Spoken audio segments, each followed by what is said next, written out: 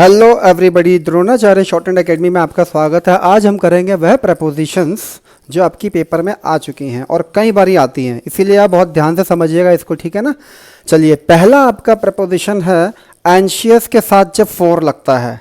तो एंशियस के साथ जब फोर लगता है तो उसका मतलब आता है सुरक्षा, यानी कि सेफ्टी के बारे में सोचना किसी के लिए। ध्यान दीजिए, एंशियस के साथ जब फोर लगा तो मतलब क्या निकला, किसी की सुरक्षा के बारे में सोचना, आप किसी के बारे में चिंतित हैं, ठीक है ना। और एंशियस के साथ अगर अबाउट लगता है तो उसका मतलब होता है आप उत्सुक हैं, एक्साइटेड हैं। एंशियस का असल मतलब तो हो गया परेशान, ठीक है ना, एंशियस होना, थोड़ा चिंता करना। लेकिन एंशियस के साथ फोर लगा तो इसका मतलब आपको चिंता है किसी के लिए, किसी की सुरक्षा के लिए। और एंशियस के साथ अगर अबाउट लगा तो उसका मतलब साफ साफ निकलता है कि आप उत्सुक हैं रिजल्ट के लिए। जैसे आपकी स्क्रीन पे ये दो एग्जांपल्स हैं, इसको अपने आप से करके देखिए। I am anxious dash you and your wife. तो इसके चार ऑप्शंस हैं, अबाउट, फॉर, बाय, ऑन। अब आप देखिए, ये एंशियस किसके बारे में है, तुम्हारे और तुम्हारे मिसेस के बारे में। तो आपको पता है इंसान के बारे में एंशियस है, तो इंसान के बारे में एंशियस है तो क्या लगना चाहिए, फोर। अबाउट तो आ नहीं सकता, ऑन और बाय तो होता ही नहीं है, तो यहाँ फोर लग जाएगा, ठीक है। अगला एक और एग्जाम्पल देख लिए, I am anxious dash the assessee result. अब एसएससी का कोई रिजल्ट आने वाला है, उसके लिए आप बहुत ज़्यादा एंशियस हैं। तो अब एंशियस के साथ ऑप्शन सेम यही हैं, अबाउट, फॉर, बाय, ऑन। तो इसमें क्या लगना चाहिए, अबाउट। क्यों लगना चाहिए, क्योंकि एंशियस के साथ जब अबाउट लगता है तो आपको उसका मतलब रिजल्ट के लिए उत्सुक होना होता है, ठीक है। समझ आया। ऐसे ही चलिए आगे बढ़ते हैं अपने अगले उसकी तरफ, अथॉरिटी की तरफ। अथॉरिटी प्लस ऑवर जब लगता है तो इसका मतलब होता है आदेश देने का अधिकार, ठीक है ना। जैसे मैं आपको आदेश दे सकता हूं, आप मुझे नहीं दे सकते। जैसे आप अपने फादर को आदेश नहीं दे सकते, ठीक है। तो अथॉरिटी के साथ जब ऑवर लगेगा तो उसका मतलब निकलेगा कि किसी पर्सन को आदेश देने का राइट, ठीक है ना। और अगर अथॉरिटी के साथ ऑन लगा तो इसका मतलब किसी सब्जेक्ट पे आपकी कमांड अच्छी है, ठीक है ना, आप उसके मास्टर माइंड है, इस तरह से समझ लीजिए आप। अथॉरिटी ऑन मतलब सब्जेक्ट पे महारत हासिल। और अथॉरिटी फॉर का मतलब तो साफ साफ समझ में आ रहा है, किसी काम को करने की अथॉरिटी। जैसे आप ये काम कर सकते हैं, आपको अथॉरिटी है, authority for do this work, ठीक है। तो अथॉरिटी फॉर का मतलब किसी काम को करने की आपको परमिशन। अब इसी के एग्जाम्पल्स देखिए, आप इसको करके देखिए। जैसे you don't have authority dash a जज। ऑप्शन ऑन, फॉर, ओवर और इन। तो आप समझिए क्या निकलती है यहाँ पे, अपने आप से फिल कीजिए, ठीक है ना, और मुझे कमेंट बॉक्स में बताइएगा इस वाले का आंसर।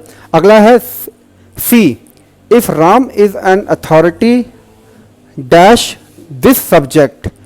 तो यहाँ पे सब्जेक्ट की बात कर रहा है, तो आप सब्जेक्ट के साथ क्या लगाएंगे, ऑन लगाएंगे। ऊपर आप देख सकते हैं स्क्रीन पे साफ साफ दिखाई दे रहा है कि आपको अथॉरिटी के साथ ऑन लगाने पे उसका मतलब निकलता है सब्जेक्ट पे महारत हासिल होना।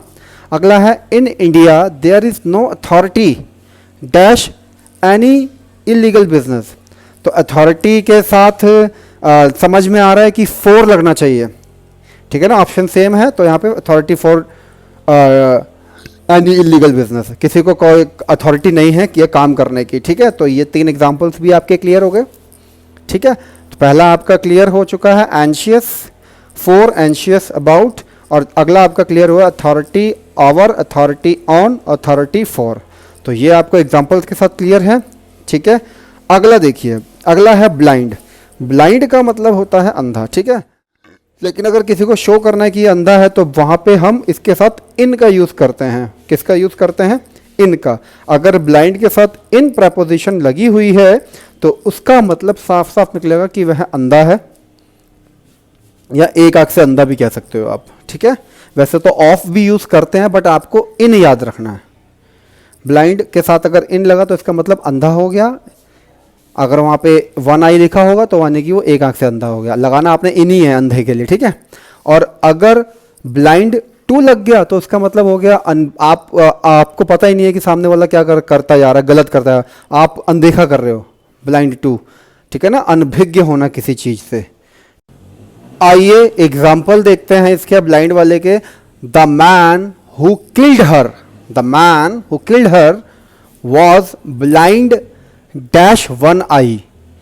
इन आएगा या बाय आएगा या फोर आएगा या टू आएगा, ये चार ऑप्शन है। तो आप समझ सकते हैं कि आंख से अंधा है तो यहाँ पे आपका इन आएगा। ठीक है, अभी आपको बताया था अगर इन ऑप्शन में नहीं होता तो आप ऑफ लगा सकते थे। ठीक है, लेकिन अगर इन और ऑफ दोनों है तो आपको इन को प्रायोरिटी देनी है। ठीक है, इतना समझ में आ गया।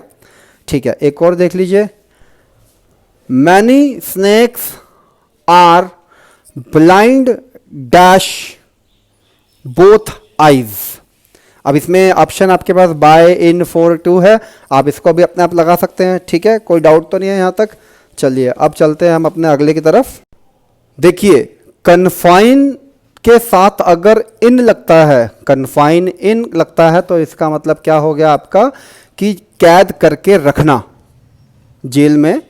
और कन्फाइन के साथ अगर टू लगता है तो इसका मतलब भी कैद करना होता है, लेकिन सीमा के अंदर, एक बाउंड्री होती है उसके अंदर। ठीक है, आई बात समझ में। जैसे बच्चे को क्या किया जाएगा स्कूल में, कन्फाइंड टू किया जाएगा ना, उसको जेल थोड़ी ना उसके लिए, उसको तो एक बाउंड्री बना दी स्कूल की तो उसके अंदर रखा गया, तो दैट्स मीन कन्फाइंड टू हो जाएगा। ठीक है, इसको एग्जाम्पल से समझते हैं, आप उसको करके देखिए। He was kept confined, he was kept confined dash this cage at all time. Option है एट, इन, फोर या थ्रू। तो अब आप इसका मतलब समझ सकते हैं कि उसको कहाँ रखा जा रहा है, जेल में। तो जेल में रखा जा रहा है तो कन्फाइंड के साथ इन का यूज कर देंगे। ठीक है, जैसे एक और example, the coast guard confined them dash the coast. अब इसमें ऑप्शन है एट, टू, इन या फोर। अब कोस्ट गार्ड ने क्या किया, उनको रोक लिया। कहाँ पे, कोस्ट पे ही, तो वहां पे हम क्या लगाएंगे, टू। कैदी नहीं बनाया उनको। ठीक है, तो ये वाला भी आपको समझ में आया, कोई डाउट तो नहीं है इसके अंदर। ठीक है, इतना आई थिंक सफिशेंट है आज के लिए, बाकी कल करते हैं। Okay, bye bye, take care. इसको कर लीजिएगा एक दो बार। ठीक है।